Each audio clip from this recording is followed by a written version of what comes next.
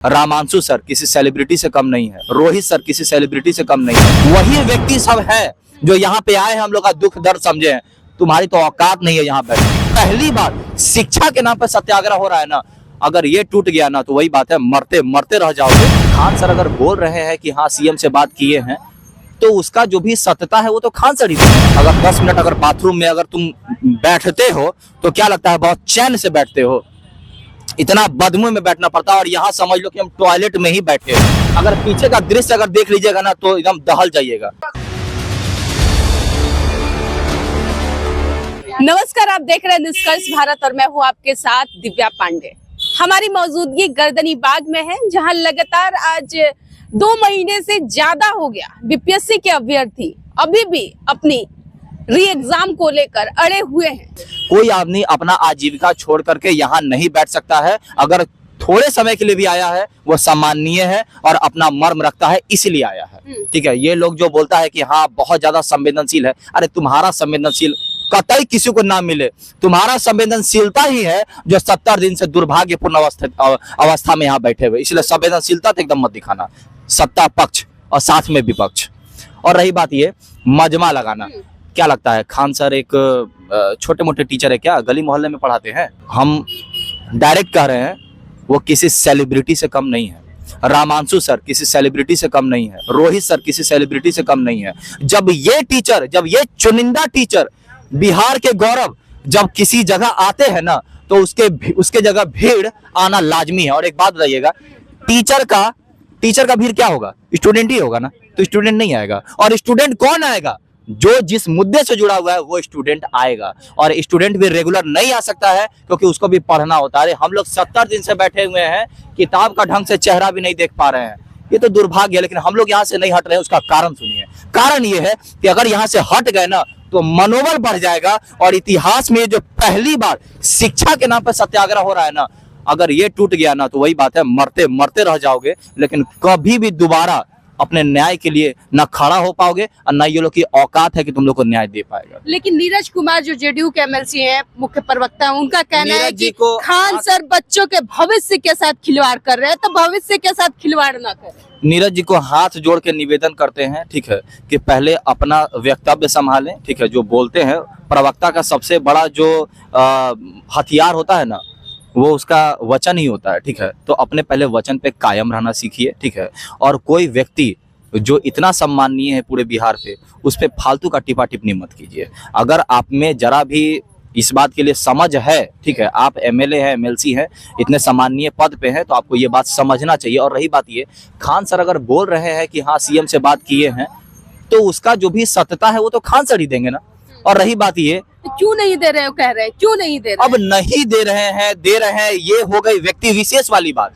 वो खान सर ही बता सकते हैं कि वो केस नंबर क्यों नहीं दे रहे हैं। वो खान सर ही बता सकते हैं कि क्या उनकी बात हुई सीएम से।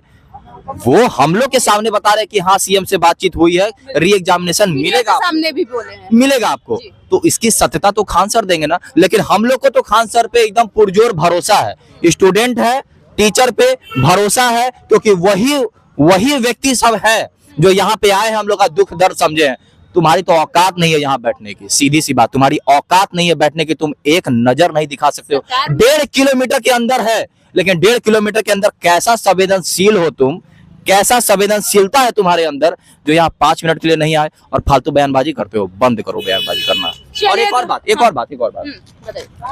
खैर 70वीं मुद्दा तो चलता रहेगा, लेकिन ये जो गर्दनी बाग है ना, ये बीपीएससी के लिए नहीं, ये पूरा ऑल ओवर बिहार जो भी अपना ग्रीवांस लेकर के आता है वो यही आता है।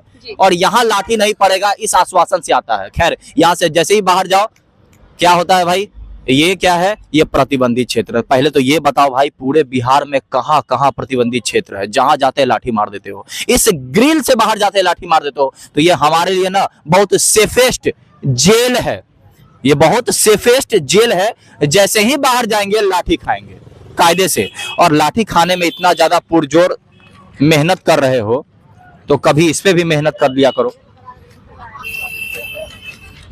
ये रिसीविंग और एक और रिसीविंग है जिसको कि रिसीविंग लिया ही नहीं गया। मुद्दा देखिए, मुद्दा क्या है?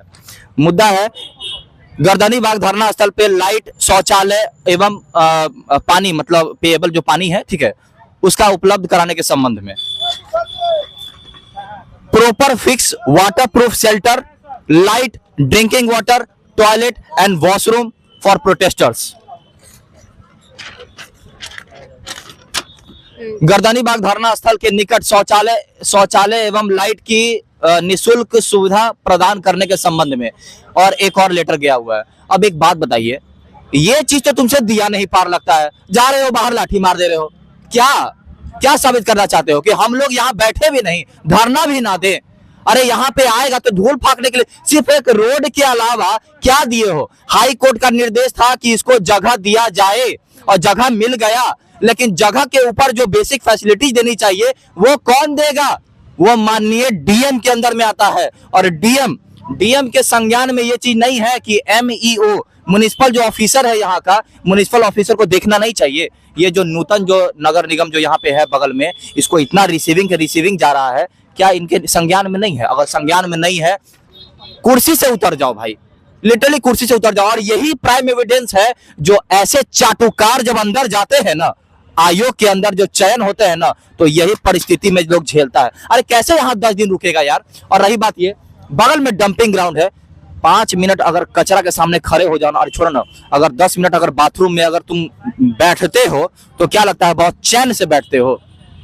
इतना बदबू में बैठना पड़ता है। और यहाँ समझ लो कि हम टॉयलेट में ही बैठे हुए हैं। यहाँ मतलब इतना बड़ा सॉलिड वेस्ट प्रोसेसिंग प्लांट है, और तो और यहाँ पे सॉलिड वेस्ट का पूरा जमावड़ा है। सुबह इतना ट्रक का ट्रक भर कर जाता है और यहाँ बैठा दिया गया हम लोग को। ये साजिश के तहत है कि ताकि यहाँ पे लोग ना बैठे ज्यादा दिन तक। कुछ नहीं दिया गया, टॉयलेट तक नहीं दिया गया। अरे शेल्टर यहाँ भाड़ा पे हम लोग रह रहे हैं। आप लोग अड़े रहे आज 70 दिन से। 70 दिन रहे हैं। अगर पीछे का दृश्य अगर देख लीजिएगा ना तो एकदम दहल जाइएगा।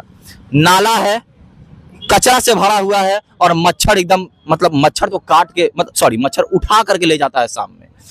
भाई मानना तो पड़ेगा, 17वीं के बीपीएससी के अभ्यर्थी 70 दिन से डटे रहे, अड़े रहे अपनी मांगों को लेकर, लेकिन सरकार की कानों पर जू तक नहीं रेंग रहे। वे वाकई ये नोटिस जो जा रहा है, न यहाँ पर टॉयलेट है, ना कोई पानी की व्यवस्था है। सिर्फ लड़के तो ठीक है, चलिए इधर उधर से काम चला लेंगे, लड़कियां भी इस गर्दनी बाग में लगातार आंदोलन करती हैं, लगातार प्रदर्शन करती हैं।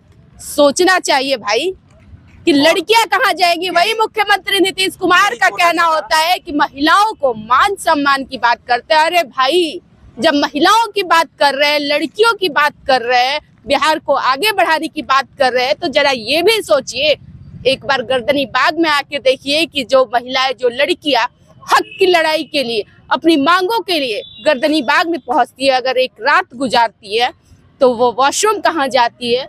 उनके पास नहाने की कोई सुविधा नहीं है, पानी की सुविधा नहीं, और तमाम जो है चीजें नहीं मिल पाती है, तो लड़कियां कहाँ से सेफ रहेगी? कहते हैं 90 की और 5 की दशक याद दिलाते हैं। मुख्यमंत्री जी अपनी भी दशक तो याद कीजिए कि महिलाओं की मान सम्मान की बात करते हैं। अगर ये अभ्यर्थी आज 70 दिन से डटे हैं, अड़े हैं, तो क्यों? सिर्फ अपनी फ्यूचर को लेकर, अपनी भविष्य को लेकर, री एग्जाम को लेकर। और वहीं दूसरी बात, खान सर की लगातार चर्चा चल रही है। खान सर जेडीयू के एमएलसी नीरज कुमार को गाली गलौज दे रहे हैं। उधर से नीरज कुमार का एक्शन आ रहा है कि लीगल नोटिस जाएगा और उन्हें बहुत जल्द कानून के हवाले भी करना होगा। सुनिएगा, स्वच्छ गांव निर्मल गांव, ठीक है, 7 निश्चय योजना के तहत, वो भी इतना टॉप प्रायोरिटी पे। गांव में बाद में जाइएगा सरकार, पहले राजधानी में आ जाइए, ठीक है। और राजधानी में यहाँ पे जो मेन गढ़ है, अरे ये सब, इसके जरा सा पीछे चले जाइएगा ना तो पूरा का पूरा जो इसको क्या बोला जाए, एकदम इलीट क्लास ग्रुप, जहाँ पे बड़े बड़े अफसरशाही से लेकर के नेताशाही लोग बैठते हैं।